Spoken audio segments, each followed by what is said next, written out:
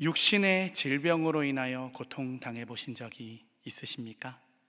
열이 나고 몸이 통증으로 가득 차면 우리는 무엇을 해야 할까요? 약을 먹고 치료를 받아야 합니다. 그래서 그 약을 먹으면 그 정도에는 차이가 있을지 모르지만 회복을 얻게 되어집니다. 그런데요, 사람이 몸만 아픈 것은 아니죠. 또 어디가 아프던가요? 때로는 마음이 아프고 때로는 가슴이 아플 때가 있습니다. 그리고 때로는 고난이라고 하는 아픔이 찾아와서 사람을 고통 가운데 머물게 만듭니다. 인생의 고난이 찾아오면, 인생의 고통이 찾아오면 어떻습니까? 육신의 고통을 줄여준다라고 하는 그 어떤 명약을 먹어도 아무 소용이 없습니다. 또한 그 고통으로 인하여, 그 고난이라고 하는 중병으로 인하여 밤새도록 잠을 이루지 못하고 끙끙댑니다. 아이고 하는 신음이 저절로 나오게 되어집니다. 오늘 본문의 시편 기자도 그 고난 가운데, 그 고통 가운데 머물러 있습니다. 그리고 그로 인하여 탄식하며 바로 하나님의 도움을 구하고 있네요. 오늘 1절, 2절 말씀 같이 한번 읽어보도록 하겠습니다. 1절과 2절 말씀입니다. 시작. 여호와여, 내 기도를 들으시고 나의 부르짖음을 주께 상달하게 하소서. 나의 괴로운 날에 주의 얼굴을 내게서 숨기지 마소서. 주의 귀를 내게 기울이사 내가 부르짖는 날에 속히 내게 응답하소서. 아멘. 부르짖고 있습니다. 괴롭습니다. 부르짖지 않고는 살아갈 수 없는 그와 같은 상황을 맞이하고 있네요. 별로 좋은 상황 같지 않아 보입니다. 어떤 상태입니까? 지금 고통을 당하고 있습니다. 계속해서 한번 본문을 살펴보시기 바랍니다. 3절 이하의 말씀은 그 힘든 상황이 어떤 상황인지 시적 화자의 상태에 대해 계속 설명하고 있습니다. 3절 말씀을 제가 읽어드릴게요. 내 날이 연기같이 소멸하며 내 뼈가 숯같이 탔음이니이다. 아멘. 내 날, 여기서 날이라는 표현은 어떤 의미입니까? 삶이라고 하는 표현입니다. 나의 삶이 지금 연기처럼 소멸하였다 말씀을 하고 있네요. 연기가 가득 차면 그 연기가 빠지지 않을 것 같지만 그 연기는 훅 하고 사라져 버립니다. 인생이, 지금 삶이 연기처럼 훅 하고 꺼져버렸다 말씀을 하고 있는 것이죠.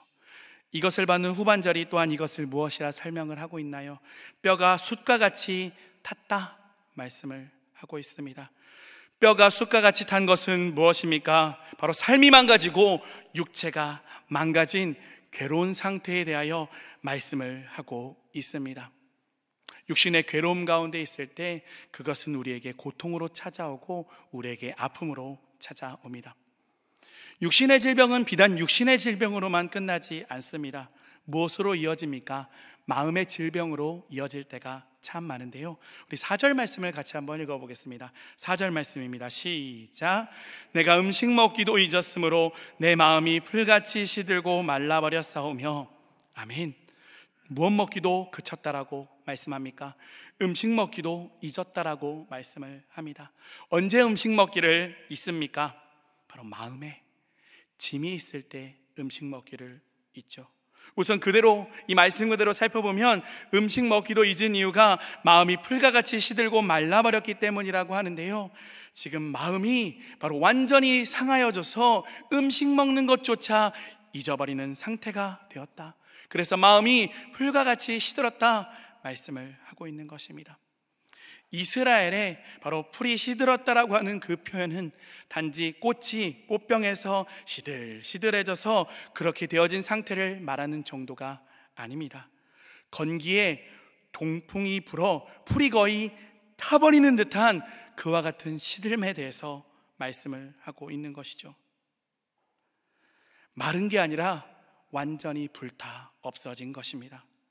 한참 전에 받았던 그 방에 걸어 놓았던 꽃다발, 그 꽃다발이 말라버릴 때 그것을 버리려고 이렇게 쥐면 어떤 소리가 납니까? 바사삭 하고 부서지는 소리가 나듯이 마음이 부서져 버렸습니다. 그것도 어떻게 부서졌냐면요, 차근차근해서 내가 그것을 대비할 마음의 준비를 할 수 있게 그렇게 말라버린 것이 아니라 순식간에 마음이 말라버리고 부서진 상황이 되어버린 것입니다. 틈도 안 주고요. 마음의 상태가 아주 황폐하게 되었고 그것을 대비할 수 없는 그와 같은 나락으로 빠져버리게 되었습니다. 육신의 병이 마음의 병으로, 또한 그 마음의 병은 다시 어떤 모습으로 나타날까요? 5절 말씀 제가 읽어드리겠습니다. 나의 탄식 소리로 말미암아 나의 살이 뼈에 붙었나이다. 아멘. 4절에 먹지 못하였다라고 했죠. 5절 말씀에 그 먹지 못한 것으로 인하여 어떻게 되었습니까? 살이 뼈에 붙었다 말씀을 합니다. 피골이 상접했다라고 하는 것이죠. 육신의 병이 마음의 병이 되었고 마음의 병이 다시 육신과 마음의 병을 바로 고루 가져오게 하였다라는 것입니다. 더 이상 악화될 수 없을 정도로 악화된 상태에 대해 말씀을 하고 있습니다. 한번 여쭤보겠습니다. 몸이 아프고 마음이 아프면 신앙생활하기가 쉬우시던가요? 기도가 잘 나오시던가요? 말씀이 잘 읽어지시던가요? 아니죠. 지금 이 시편 기자의 상황은 몸과 마음이 완전히 부서져서 바로 하나님 앞에 아무것도 할 수 없는 그와 같은 모습으로 비춰지고 있는 것입니다.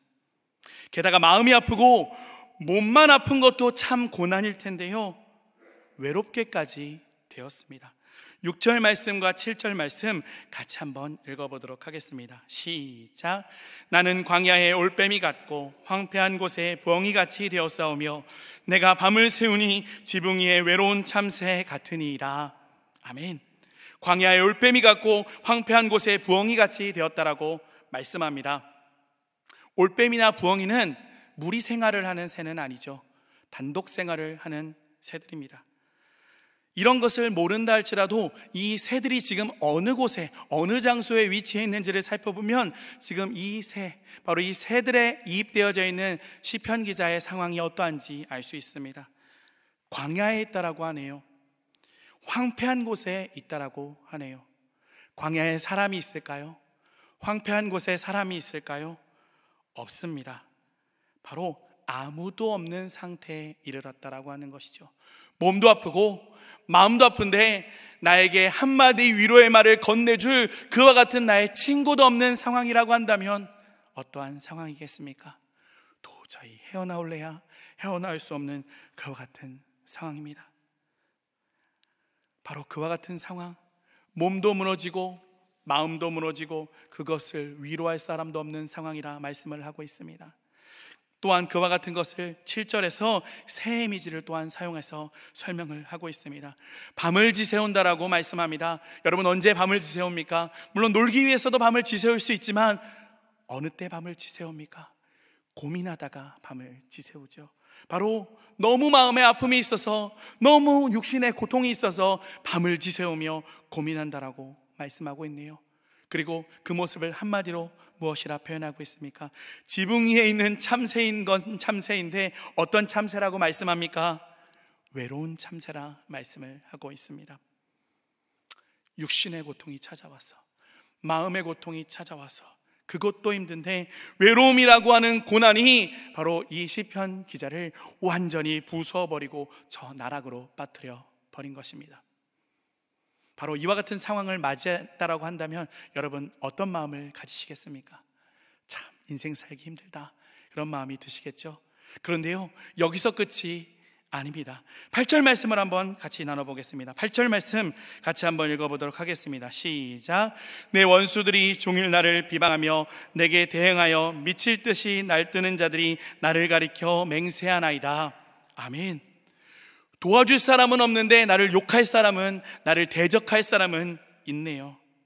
원수들이 종일 나를 비방합니다. 그 원수들은 어떤 존재들입니까? 바로 나를 대항하는 사람들이고 미칠 듯이 나를 없애기 위하여서 난리를 치는 사람들이라 말씀을 하고 있습니다. 그리고 비방한다라고 하는데요, 그 비방을 오늘 말씀에서 어떤 표현으로 우리에게 말씀하고 있냐면요, 맹세한다, 그렇게 표현을 하고 있습니다. 이 맹세는 무엇입니까? 성경에서 보면요, 나쁜 짓을 저지른 사람에 대해 때로는 그 자신에 대하여 맹세하여 이르되 벌 위에 벌을 내리시기를 원하나이다, 그와 같이, 그렇게 말하는 그와 같은 맹세입니다. 좀 더 쉬운 말씀으로 한마디 단어로 말씀을 드리면 저주하였다라는 것이죠. 원수들이 이미 몸도 부서지고 마음도 부서지고 외로운 상태인 그 시편 기자를 바로 저주하고 있고 참소하고 있다라는 것입니다. 그래서 다시 한번 몸도 부서졌을 뿐만이 아니라 마음도 부서졌고 바로 의지할 그런 대상조차 없이 바로 저주를 받고 있는 상태, 완전히 마음이 부서지고 다 부서져서 나락으로 빠진 상태가 바로 지금 시편 기자가 당하고 있는 상태인 것입니다. 그래서 그것을 9절 말씀으로 한마디로 표현을 하고 있습니다. 9절 말씀을 같이 한번 읽어보도록 하겠습니다. 시작. 나는 죄를 양식같이 먹으며 나는 눈물 섞인 물을 마셨나이다. 아멘.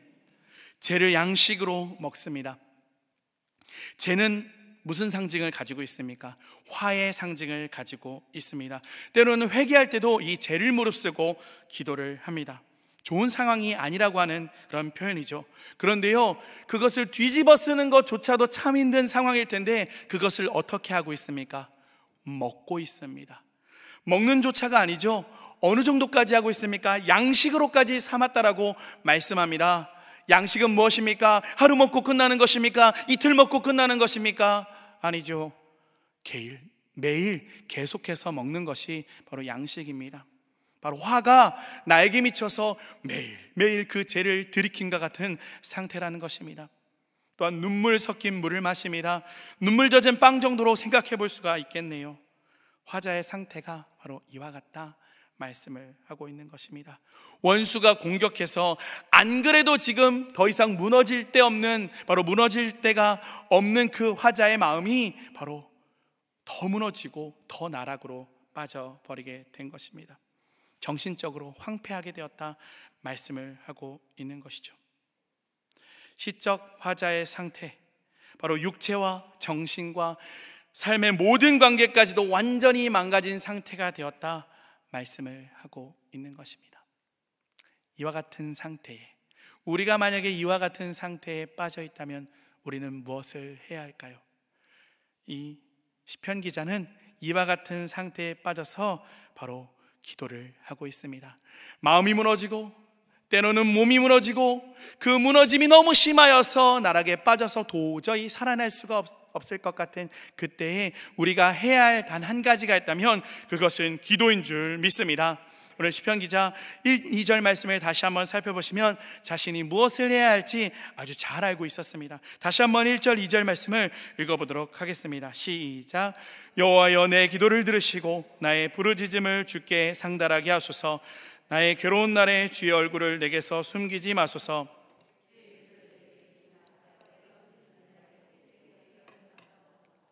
아멘. 내 기도를 들으시고 내 부르짖음을 들어주소서. 주의 얼굴을 내게서 숨기지 마시고 주의 귀를 내게 기울이시고 응답하여 주시옵소서. 무엇을 하고 있습니까? 기도를 하고 있습니다. 그것도 아주 간절히 기도하고 있는 것입니다. 인생은 그 인생의 모든 환경에서, 또한 당하고 있는 모든 어려움에서 기도해야 하는 줄 믿습니다. 기도만이 우리의 유일한 탈출구인 줄 믿습니다. 시편 50편 15절 말씀에 환난 날에 나를 부르라 내가 너를 건지리니, 그렇게 말씀을 하고 있습니다. 우리는 항상 기도해야 하는 것이 맞지만 오늘 본문이 분명히 우리에게 언제 기도해야 할지 말씀을 하고 계십니다. 바로 아주 힘든 상황에 기도해야 하는 것입니다. 믿음의 사람은 인생의 역경에서 무엇을 합니까? 기도를 합니다. 그런데요, 참 많은 사람들이 시련을 맞이할 때 무엇 할까요? 탄식합니다. 탄식 정도면 좋죠. 아주 좋은 말로 표현한 것입니다. 불평하죠. 원망합니다. 왜 나에게 이런 상황이 벌어질 수밖에 없는 것이지, 참나. 때로는 누구를 원망합니까? 하나님을 원망할 때가 있습니다. 하나님, 왜 나에게 이와 같은 상황을 주신 것이죠? 참 순화해서 말씀드린 정도이죠. 그렇게 하나님 앞에 원망하며 반문할 때가 많습니다. 어떻게 보면 이것은 무엇이라 할 수 있을까요? 때로는 불신앙이 될 수 있고요, 믿음이 약한 것이 될 수 있다라고 하는 것이죠. 사랑하는 성도 여러분, 어려움을 당할 때 무엇을 하십니까? 기도해야 하는 줄 믿습니다. 우리는 하나님께 기도해야 합니다. 왜 하나님께 기도해야 합니까? 바로 하나님은 하나님이라고 하는 그 대상에게 바로 하나님께 기도하기를 바라고 계시기 때문이죠. 오늘 1, 2절 말씀을 다시 한번 살펴보시기를 바랍니다. 한번 살펴보시면요, 그것을 통하여서 우리가 알 수 있는 부분은 무엇이냐면요, 바로 하나님께서는 기도를 들으시는 하나님이 되어 주신다는 것입니다. 하나님은 어떤 하나님이십니까? 바로 우리의 기도를 들어주시는 하나님이 되어 주시는 줄 믿습니다. 그렇기 때문에 인생은 바로 하나님께 기도해야 하는 줄 믿습니다. 오직 하나님 한 분만이 우리의 기도를 들으실 수 있는 분이십니다. 우리의 기도를 듣기를 원하시는 분이십니다. 하나님의 하나님됨을 인정할 때 우리는 무엇 할 수 있을까요? 기도할 수 있는 것입니다. 우리는 기도하려면 먼저 우리의 연약함을 인정해야 합니다. 오늘 시편 기자의 부르짖음을 다시 한번 살펴보시기를 바랍니다. 하나님 앞에 무엇을 했다고 내가 이거 했으니 도와주세요 그렇게 말하고 있지 않습니다. 내가 아직 견딜만하니 아직 내가 버텨보겠다라고 그렇게 자만하지도 않습니다. 3절부터 한번 쭉 살펴보십시오. 내 삶이 연기같이 순식간에 사라졌어요. 내 뼈가 바로 숯같이 타버렸어요. 내가 음식 먹기도 잊었어요. 내 마음이 풀과같이 시들어버렸어요. 그 먹지 못함으로 인하여 그 탄식 소리가 하늘로 퍼지게 되었고 내 피골이 상접하게 되었으며 내가 그 고통으로 인하여 하루만 웃는 것이 아니라 매일 울고 또 울어요. 힘들어요. 외로워요. 그것도 참 힘든데 아무도 내 곁에 없어요. 원수들이 나를 조롱해요. 죄를 음식으로, 눈물을 내 음료로 마시고 있습니다. 아주 납작 엎드려서 하나님께 도움을 구하고 있습니다. 연약함을 있는 그대로 드러내며 바로 인정하며 은혜를 구하고 있는 것입니다. 이러한 모습은 바로 하나님의 하나님 되심을 인정하는 올바른 태도인 줄 믿습니다. 연약을 인정해야 그것이 기도가 되는 것이고 그리고 도움을 구할 수 있게 되어지는 것입니다. 혹시 고난 중에 계십니까? 그렇다면 자신의 연약함을 숨기지 마시기 바랍니다. 그것을 있는 그대로 인정하시기 바랍니다. 하나님 앞에 다 아뢰시기 바랍니다. 자신의 연약함을 숨김없이 토해낼 때 그때에 하나님께서 만져주시고 다시 일어날 수 있는 힘을 더하여 주시며 또한 은혜를 베풀어 주시는 줄 믿습니다. 그런데요, 우리가 기도해야 할 때는 고난 중에 있을 때만 기도해야 되는 것은 아닌 것 같습니다. 우리가 10절 말씀을 한번 같이 읽어보도록 하겠습니다. 10절 말씀입니다. 시작. 주의 분노와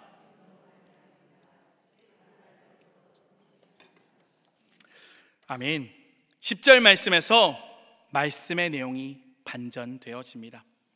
완전히 피해자일 것만 같았던 시적 화자가 무엇이 됩니까? 죄인이 되어버립니다. 하나님께서는 분노하시고 진노하십니다. 시적 화자를 들어 던지십니다.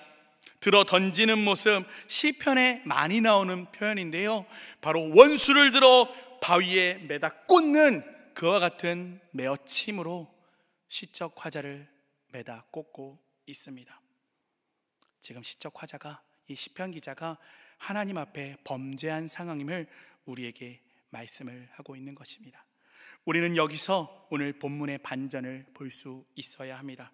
언제 기도해야 하는가? 환난 날에 우리는 기도하지만 우리가 하나님 앞에 범죄하였을 때, 또한 그릇 행하였을 때 바로 기도해야 함을 우리에게 말씀하고 있는 것입니다. 우리는 은밀한 죄 가운데 있을 때 하나님 앞에 기도해야 합니다. 수많은 시편 기자들의 글씨를 살펴보십시오. 수많은 믿음의 선진들의 삶 역시도 한번 살펴보시기를 바랍니다. 죄 가운데 있을 때 무엇하였습니까? 기도하였습니다. 다윗을 생각해 보시기 바랍니다. 다윗이 우리아에 대한 살인 교사를 하고 그 아내를 취하였을 때, 그것이 백일하에 다 드러냈을 때 바로 무엇을 하였습니까? 네, 맞습니다. 회개하고 기도하였습니다. 하나님 앞에 범죄한 인생 역시도 기도해야 하는 줄 믿습니다.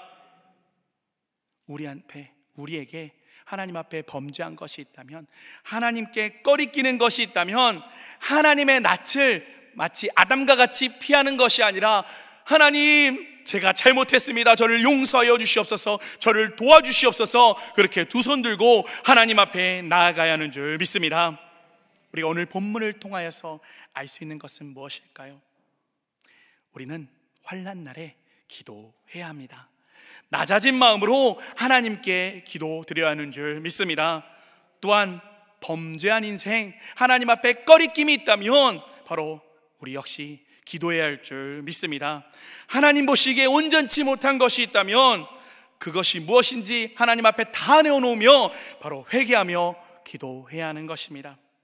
저는 오늘 본문을 준비하면서 나는 얼마나 기도를 하고 있는 사람인가 하는 생각을 해보았습니다. 그리고 오늘 본문을 보면서, 그리고 이 시대를 보면서, 이 나라와 이 민족을 보면서 어떻게 회개해야 할지 바로 그 회개에 대하여 생각해 보았습니다. 언제 기도하십니까? 데살로니가전서 5장 17절의 말씀처럼 늘 기도해야 하죠. 맞습니다. 그렇지만 사실 늘 기도한다는 것 물리적으로 참 불가능한 일 같습니다. 그렇지만 예수님 안에 향하신, 우리에게 향하신 그 기도하라고 하는 것이 하나님의 뜻이라고 한다면 바로 우리는 어떻게 해서든 바로 기도하려고 해야 할 것입니다. 그런데 말씀처럼 바로 언제가 바로 기도해야 할 때이냐면요, 바로 지금이 하나님 앞에 기도해야 할 때인 줄 믿습니다. 혹시 환난 가운데 계십니까? 바로 지금 이때가 기도해야 할 때인 줄 믿습니다. 하나님과 혹시 거리끼는 상황 가운데 계십니까? 지금이 바로 기도해야 할 때인 줄 믿습니다. 이 나라의 힘들고 어려운 상황 가운데 무엇을 하고 있습니까? 지금은 기도해야 할 때인 줄 믿습니다. 종교개혁자 루터는요, 내가 아침에 2시간 기도하지 않으면 그날은 마귀가 계속 승리하고, 나는 할 일이 너무 많기 때문에 매일 3시간을 기도하지 않으면 그 일을 감당할 수 없다라고 고백하였습니다. 기도 아니면 안 된다라고 하는 것이죠. 단지 기도 많이 해라, 그것만 이야기하는 것이 아니라 기도 아니면 아니 됨을 우리에게 말씀을 하고 있는 것입니다. 기도할 필요 없으셨던 예수님께서도 기도하셨습니다. 예수님도 그 힘든 하나님 나라의 그 귀한 사명을 감당하시면서 밤에는 밤이 맞도록, 새벽에는 새벽 미명, 바로 그때에 바로 하나님 앞에 기도하셨습니다. 그 기도의 본을 따라 우리 기도해야 할 줄 믿습니다. 사랑하는 성도 여러분, 지금은 무엇을 해야 할 때입니까? 여러 가지 바쁜 일이 있는 것 맞습니다. 여러 가지 해야 할 일이 있는 것 맞습니다. 그렇지만 지금은 바로 기도해야 할 때, 바로 그때인 줄 믿습니다. 지금 우리가 해야 될 진짜 단 한 가지가 있다면 그것은 기도인 줄 믿습니다. 혹시 오랜 코로나 전국으로 인하여 기도의 재단이 다 무너지셨습니까? 그 기도의 재단을 수축하시기 바랍니다. 다시 한번 영적인 기지개를 켜시기를 바랍니다. 하나님 앞에 환난의 때이든, 하나님 앞에 꺼리끼는 때이든, 어느 때이든 하나님 뜻하시는 대로 하나님께 아뢰어 기도하는 놀라운 은혜를 누리시고, 또한 응답의 은혜를 누리시는 귀한 성도님들이 되어지기를 예수님의 이름으로 바라곤합니다. 아멘. 기도하겠습니다. 사랑과 은혜 많으신 하나님, 오늘도 하나님의 말씀을 통하여 말씀해 주시니 감사합니다. 인생에서 환난당할 때 우리가 할 수 있는 것이 오직 하나님께 전적으로 의존하는 것뿐이오니 우리의 연약함을 직시하고 오직 하나님만을 의지하게 하여 주옵소서. 연약함을 부끄러워하지 않고 그 연약함을 주님 앞에 기도로 아뢰게 하여 주시옵소서. 때로는 우리의 범죄함으로 인하여, 이 민족의 범죄함과 연약함으로 인하여 신음할 때, 그때 역시도 우리가 기도할 때임을 알아 기도하게 하여 주시옵소서. 하나님, 오랜 기도의 잠에서 우리 모두 깨어나게 하여 주시옵소서. 영적인 기지개를 켜며 일어나게 하여 주시옵소서. 기도의 자리로 나아가기를 원합니다. 지금이 기도해야 할 때임을 알아 주께 기도하는 기도의 용장들이 되어져서 주의 기쁨이 다 되어질 수 있도록 함께하여 주시옵소서. 예수님의 이름으로 기도드립니다. 아멘.